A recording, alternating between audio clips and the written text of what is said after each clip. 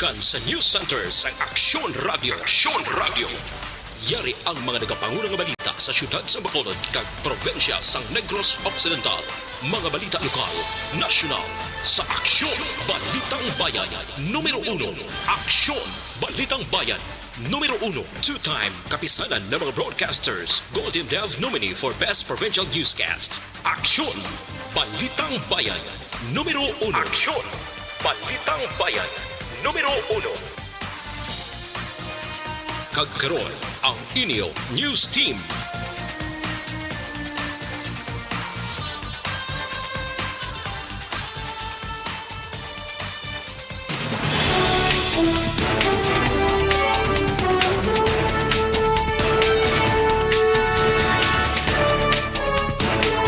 Sa mga nagapuna ng mga Pangulong dinalan sa mga balita lokal, asawa sang OFW nga nagpositibo sa Omicron variant, negatibo sa COVID-19. Pamilya nga nagreklamo sa isa ka pulis matapos nagpalupok sa armas lothang nakig-areglo.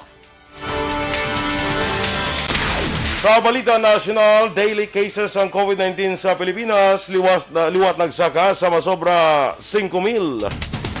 Department of Health ginpasiguro nga bastante ang supply sang anti-flu pills.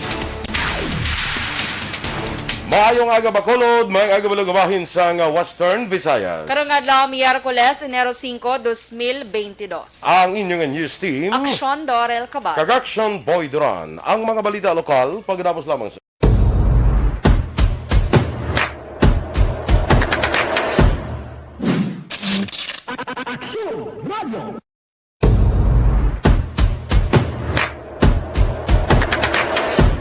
Yes, good morning, Action Doors. Good morning, Action Boy. Kag sa tanan nga nagapamati via Facebook Live and YouTube, maayong aga, Yes. mga ka-aksyon.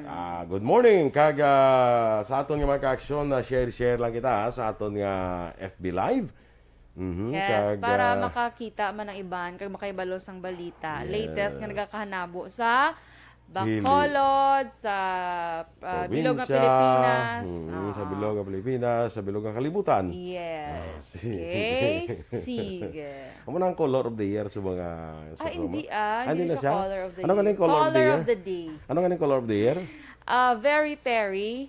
Ha? Very Perry. Doka, ano na siya, doka family of purple, lavender. Ano? Very... Very Perry. Doka Perry Perry, balang spelling. Very... Perry. Perry. Ano na sa... Tapos ang lucky color of the year ko, no, evergreen frog. Doka mo na. Evergreen frog? Tingnan mo sila, doka green. Daw paka ka green. green. Green paka. Kita ka na sang paka nga green. Oo, eh.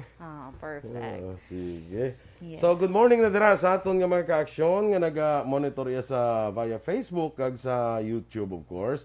Sa kay Melili Oligo, good morning dira sa Barangay Tangub. Jayan, watching from Kinabong, din ang Kinabong? Familiar. Somewhere sa Mindanao? Ha? Hindi. Sa- Doka, hindi man? not sure. Kinabong. Kinabong. Sa drill lang na sa Negros, ya? Ah. Kahinubaan, guro ay. Charot lang. Masira da sa Mambulok, da. Amot lang. Sa mambulok pagid ya. Sige, Melvin Peñafiel. Yes. Ma-comment na kung si Jayan, kundi na sa ang Kinabong. Ray Baryoga, good morning man. Mananda nga pagpangape. Kay Miss Yvonne Vischer, Action Boy. Good morning. Actually, gabi na to sa ila. Do manog kaaga ako na nato guys sa ila. Sa Germany. Sa amo ni nga oras diri sa aton. Dito sa Germany. Charo Bindanilio Court. Good morning man. Dali lang, standby na kita sa aton nga mga balita lokal.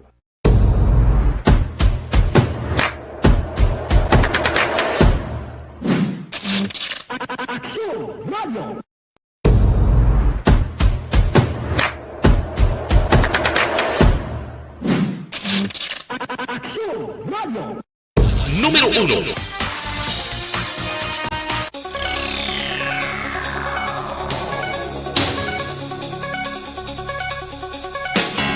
Aksyon Radio Philippines Standard Time, las 6:04 sa Italia na sa aton mga balita lokal. Nagnegatibo sa COVID-19 ang asawa sang 38 anyos nga OFW nga una gin report nga nagpositibo sa Omicron variant abang makabig na nga fully recovered. Sunod kay Dr. Chris Rongon, Deputy for Medical and Data Analysis sa Bacolod EOC, ang mag-asawa ang nagapabilin nga asymptomatic tubtob sa sining nga matinion. Dunga pa ni Sorongon, nagapabilin sa gihapon nga nag-isolate ang mag-asawa sa isa ka hotel sa Bacolod tubtob nga matapos ang ila quarantine period. Ang asawa nag-aisahanon nga close contact sa sining Omicron case. Sa datos ng contact tracing team sa syudad, ang babae ang taga Pampanga, samtang ang OFW ang taga Mindanao. Ang babae ang nagapangita sa trabaho sa Bacolod bilang isa ka call center agent. Sa pinakauling impormasyon, ginpahibalo ni Dr. Jane Juanico sang DOH6 si Dr. Rosalie Diocampo, ang head sa contact tracing team cluster, nga dapat pito ka adlaw nga matapos ang isolation sa mga asawa antes nga ibalik sa komunidad. Sunod kay Diocampo, base sa palayag ni Dr. Juanico, hindi na kinahanglan ni paidalom sa swab test ang mag-asawa. Negative ang iyang artificial test result. Kasi pag iwan na sila close contact na sa gapot. So she has to finish ang iyang isolation quarantine. Ang kabahin sa pahayag ni Dr. Chris Sorongon. Ginreklamo sa isa ka sibilyan ng isa ka pulis matapos ginaligar nga ginpalukpan sila alas 2 kahapon sang kagahon Nero 4 sa tubang sang St. Vincent Village, Barangay Alihis, syudad sang Bacolod. Ang tagreklamo ang ginkilala kay Archie Rex Hoxon, samtang ginreklamo amo si Patrolman Jeric Panganiban nga assigned sa Police Station 9. Sa inisyal ng investigasyon sang kapulisan, si Hoxon kaupo ng iya pamilya sakay sa ila salakyan ang padulong kontani sa isa ka convenience store sang ginaligar. Ginlagas sila ni Panganiban upod ang isa pa ka persona sakay sa motorsiklo. Ginkuha ang wala may baluan nga armas dothang kag nagpalupok sang makaduwa ka beses. Nagdiretso naman sa Police Station 7 Sunday Hoxon agud magpa-record, samtang nagsunod si Panganiban kag nagpakilala nga pulis. Nakigareglo na ang pamilya ng Alex Hoxon nga una nagreklamo sa Police Station 7 bato kay Patrolman Jeric Panganiban matapos nagpalubok sang armas luthang las 2 kahapon sa kagahon sa Barangay Alihis.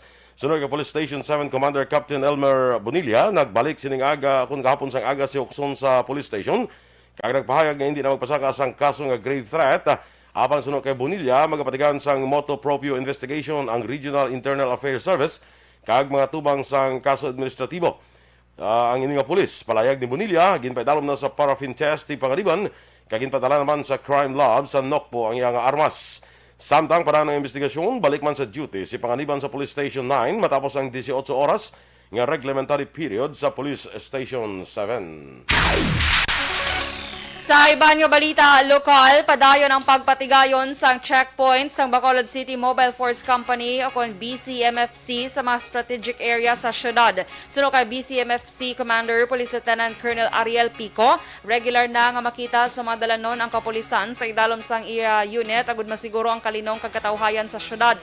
Kalakip man sa ginadeploy ni Pico sa mga checkpoints kag sa regular nga border checkpoints ang katapos ng Special Weapons and Tactics o SWAT. Sa karon masobra isa kagato sa mga personnel sa BCMFC kag tanan ang ginagamit sa pagpatigayon sang police operations. Ginkompirmar man ni Pico nga may naka-standby man nga kapulisan sa reclamation area sa syudad.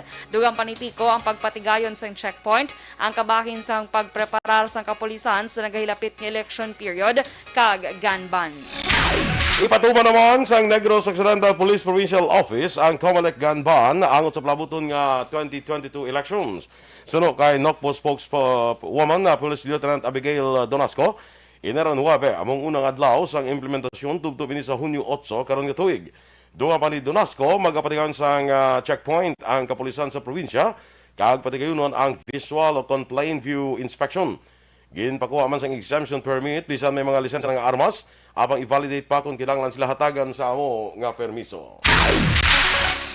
86.71% na sa mga barangay sa Western Visayas ang indeklarar nga drug-cleared barangay sa Philippine Drug Enforcement Agency o kung PDEA Region 6. Sunod kay Graziela Tanalion, spokesperson sa PDEA 6, sa records ng Regional Oversight Committee, 3,513 na ka mga barangay ang nakapasar sa deliberation kag indeklarar nga drug-cleared sa Western Visayas. Sa probinsya sang Aklan, 100% na o kung 327 ka mga barangay barangay ang nadeklarar nga drug-cleared barangay, samtang 586 sa probinsya sang Antique, 1,673 sa probinsya sang Iloilo, kag 94 naman sa probinsya sang Guimaras ang ideklarar nga drug-cleared barangay.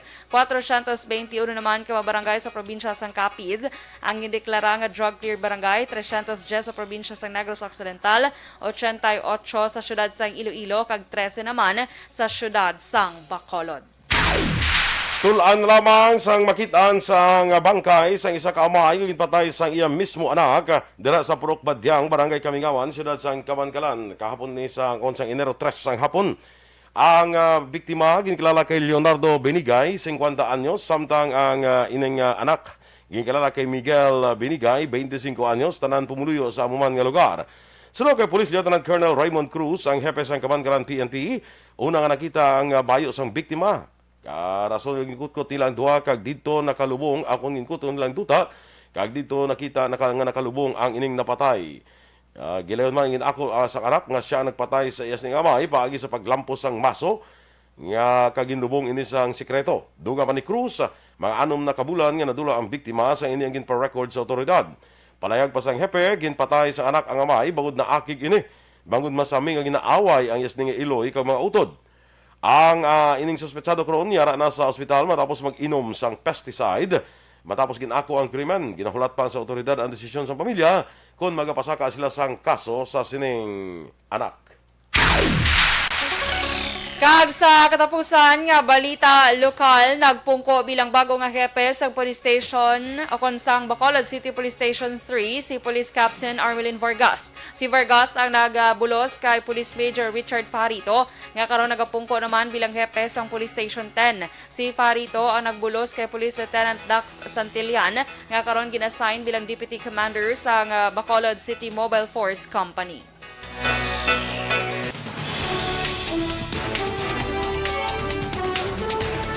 Daily cases ang COVID-19 sa Pilipinas liwat nagsaka sa masobra 5,000. Samtang DOH ginpasiguro nga bastante ang supply sang mga anti-flu pills. Ang detalye sa mga balita nasyonal sa magbalik sang aksyon, Balitang Bayan Numero 1. Kag sa aton mga ka-aksyon,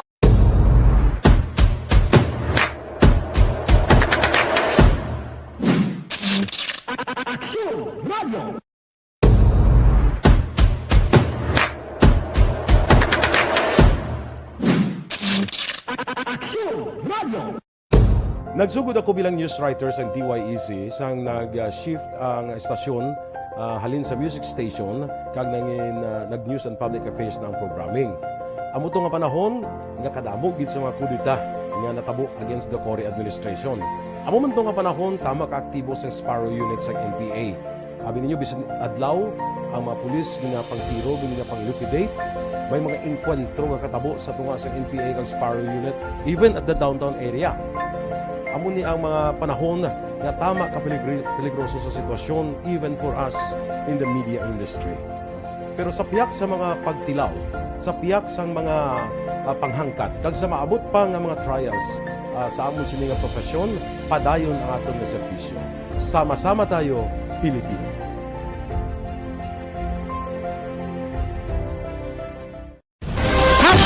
Account Kuning. Ang imo account, imo responsibilidad.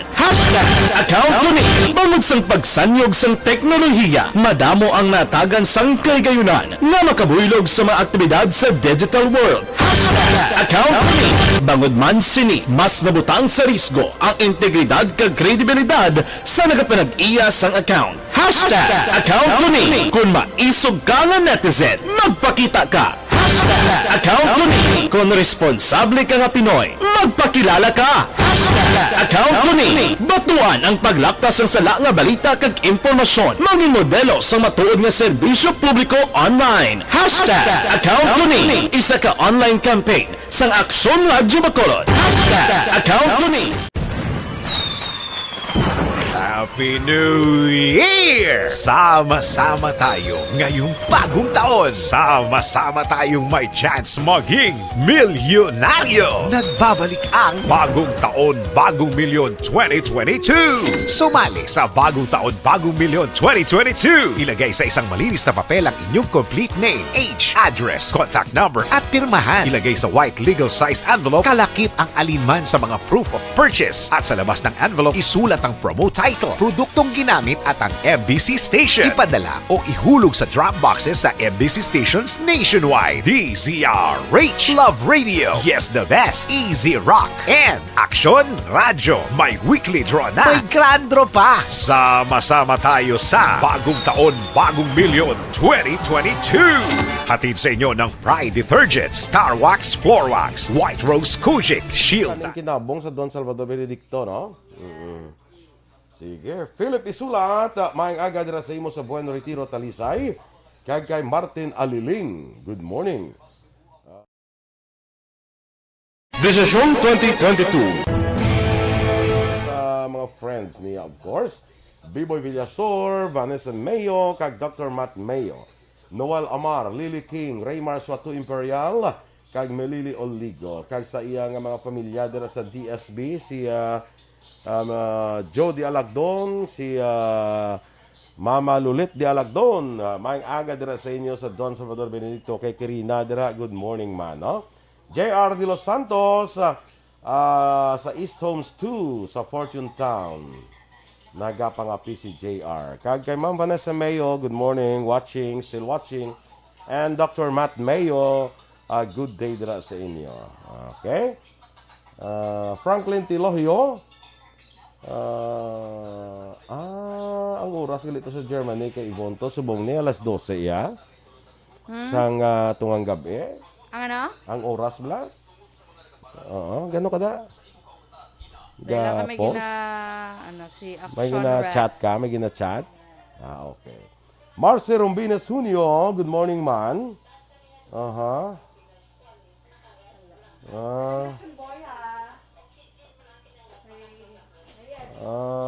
Okay.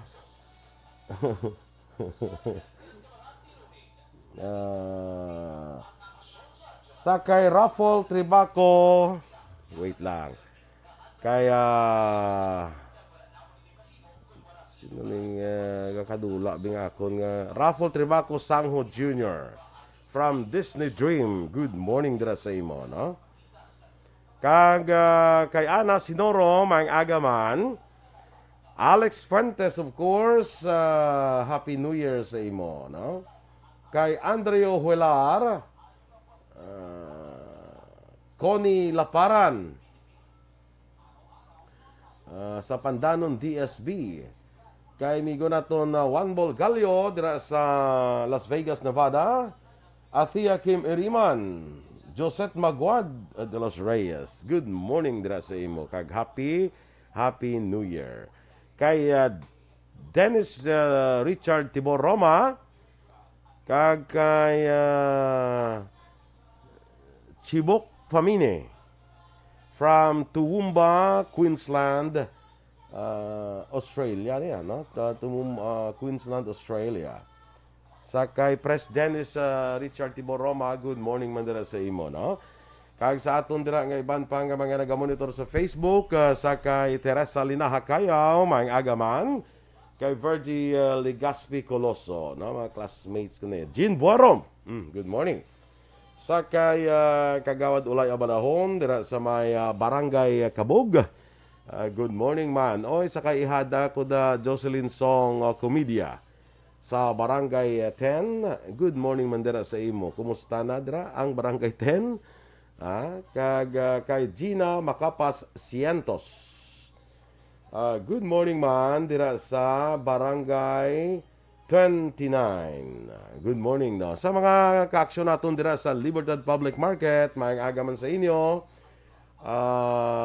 Sa may Burgos Public Market, no, kag sa handumanan dira sa aton nga mga miyembro sang Hutuda, maayong aga gid sa inyo. Kag thank you for your support, kag for listening, no, diri sa Aksyon Radio Bacolod, na. Sa mga kaaksyon naton from Silay, Talisay, sa Bago City, sa akong dira nga mga kasimanwa, sa siyudad sa Bago, good morning sa inyo. Jillian Franco, maayong aga. Kag advance happy birthday man sa kay Ralph Gallo. No? Sa nang birthday ni Migoan Ball? Si Ralph. Daw lapitay sila birthday gali ni Josh, no? Kasi Josh nag-birthday man ni mga 2 days siguro ago. 2 days, 3 days ago, no? Nag-birthday man ni si Josh Gallo. So daw lapitay na sila gali ni Kuana ni Ralph sang birthday. Sige. Kag gina-greet man si Baby Inday, nag-monitor sila sa Purok Sabes sa barangay Villamonte. Halin ni kay Pilton Lipura ang Panamyaw, no?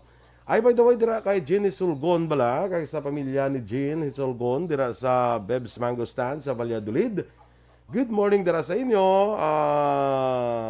Happy New Year. No, nakakilit anay gid man kami dis ang nagligad before the year ends. Before the year ended, nakilit-anay kami nila ni Miss Jean Sulgon, no? Good morning dira sa inyo. Kag kay Ruby Fukihara sang Tokyo, sang Japan, maayong aga man. Sa kay ihada ko da Tess Murayama. Tess, maayong aga, ihada. Sa kay Marjun Rivera, kag kay Anthony Rivera, kay Pambong Rivera. Good morning man. Sakay Phil Alonsagay kag Ma'am Eleanor Fukuda sa Japan, good morning. Okay? So standby na kita sa aton nga mga balita national.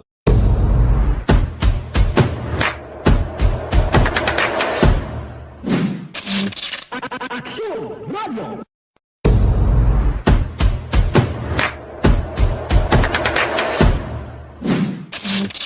Aksyon Radio. Nagsugod ako bilang news writer sa DYEC sang nag-shift ang estasyon halin sa music station kag nag-news and public affairs na ang programming. Amo to nga panahon nga kadamo gid sa mga kudita nga natabo against the Cory administration. Amo man to nga panahon tama ka aktibo sa Sparrow unit sa NPA. Abi ninyo bisan adlaw ang mga pulis nga pangtiro nga pang-liquidate. May mga enkwentro nga katabo sa tunga sa NPA kag Sparrow unit even at the downtown area.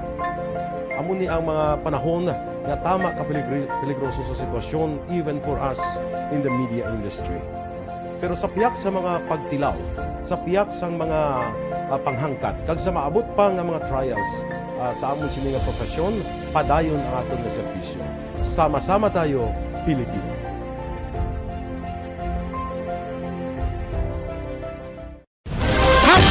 Account kuning ang imo account, imo responsibilidad. Account kuning bangod sang pagsanyog sang teknolohiya, madamo ang natagan sang kaygayunan nga makabuylog sa mga aktibidad sa digital world. Account kuning bangod man sini mas nabutang sa risgo ang integridad kag kredibilidad sa nagapanag-iya sang account. Account kuning kung maisog ka nga netizen, magpakita ka.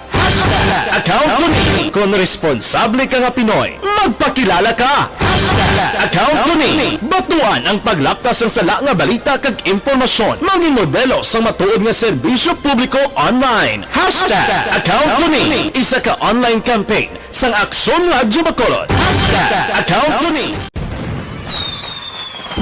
Happy New Year! Sama-sama tayo ngayong bagong taon. Sama-sama tayong may chance maging milyonaryo. Nagbabalik ang Bagong Taon, Bagong Milyon 2022. Sumali sa Bagong Taon, Bagong Milyon 2022. Ilagay sa isang malinis na papel ang inyong complete name, age, address, contact number at pirmahan. Ilagay sa white legal-sized envelope, kalakip ang alinman sa mga proof of purchase. At sa labas ng envelope, isulat ang promo title, produktong ginamit at ang MBC station. Ipadala o ihulog sa drop boxes sa MBC stations nationwide. DZRH, Love Radio, Yes the Best, Easy Rock, and Aksyon Radio. May weekly draw na. May grand draw pa. Sama-sama tayo sa Bagong Taon, Bagong Milyon 2022. Hatid sa inyo ng Pride Detergent, Star Wax Floor Wax, White Rose Kojic, Shield Bath Soap, Charm Fabric.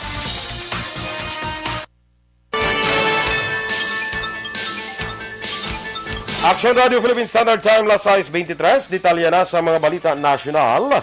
Nadugangan sang 5,434 ang kaso sa COVID-19 sa Pilipinas nga nagdala sa kabilugan nga kaso sa 2,861,119.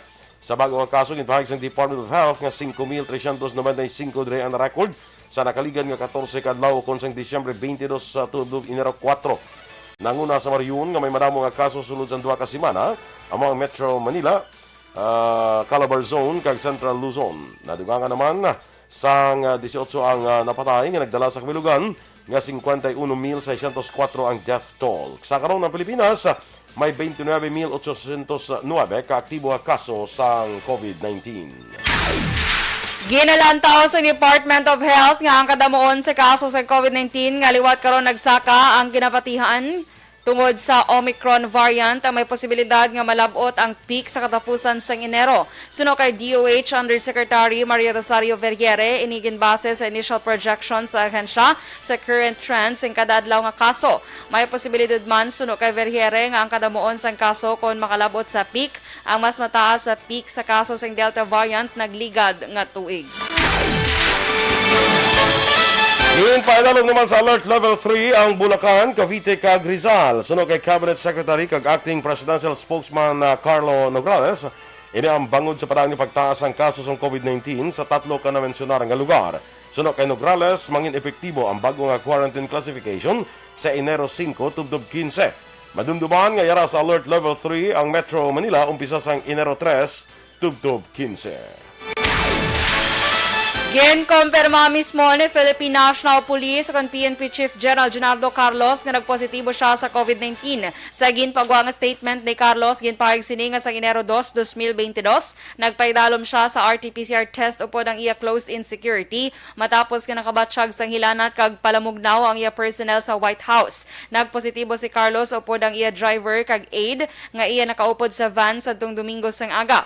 Nakabatsyag man sang paghilanat kay iban pa nga sintomas ng COVID-19 si Carlos sa Domingo apang sang kahapon o kon sang Lunes naumpawan na ini kag pagpananakit sa lower back na gid lamang. Yun pasiguro naman sa Department of Health nga bastante ang supply sa mga anti-flu pills tuhay sa nagwa nga report nga mayara sang shortage o kakulang sa sininga balaklon. Nagkonsulta na ang ahensya sa talagko nga drugstore kag local manufacturers and suppliers para hibaluon ang estado sa supply sang paracetamol kay iban pangabulong para sa sakit sang ulo. Ginako sang DOH nagsaka ang demand sa nasambit nga mabulong apang ginpahayag nga hindi kinahanglan maalarma ang publiko tungod wala man sang kakulangan. Nag-apilar man ang ahensya sa publiko nga hindi pagtaguon ang nasambit nga mabulong kag hindi mag-panic buying tungod padayon ang ilang pagpagigangot sa iban pang ahensya kaangay sang Department of Trade and Industry kag Food and Drug Administration nagud masiguro ang kinahanglanon nga health products bilang kabahin sang COVID-19 response. Nagpasar si Senate Majority Leader Juan Miguel Zubiri sang hagna nga nagahatag penalidad sa mga persona nga wala nagasunod sa mandatory quarantine nga gintalana sing gobyerno sa panahon sing pandemya. Tuyo sa nga ginpasar nga Senate Bill number 2470 ni Zubiri amo nga amyendahan ng Section 9 sang Republic Act 11332 akong Law on Reporting of Communicable Diseases agod ilakip ang non-compliance, evasion, or skipping of unmandatory quarantine or isolation. Luyag man ni Zubiri nga pasabto ng mga persona akon entities nga nag-akto bilang kahimbon sa mga quarantine violator. Ginaduso ni Zubiri ang 500,000 pesos tubtub 1 milyon ka pesos kag isa tubtub 6 ka tuig nga pagkapreso ang madakpan nga quarantine violators kag ila nga mga kahimbon.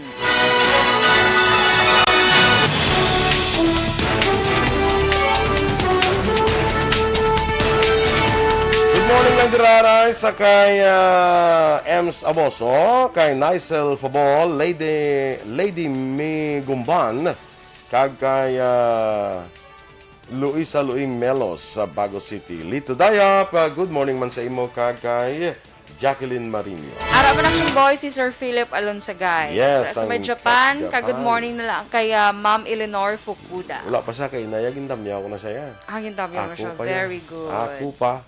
Hangin tamyo ko man si Nene, Gacho Cabatu. Yes, ne! Kapod kay Doms. Daway nga gid ka padala Pasko mo ne. Sige lang. Standby na kita mga action. Sa Action Report, second portion, upod kay Action Fred Salanga. Balikay kita sa Action Balita Morning Edition. Upod gabon sa inyong news team. Aksyon Dorel Cabatu. Kag-Action Boy Duran, mga ka-action din ka man sa Pinas. Labuton ka sa amon balita kag serbisyo. Sama-sama tayo, Pilipino. Una sa balita, una sa aksyon. sa Bacolod Aksyon Radio. Taryo. Isyo.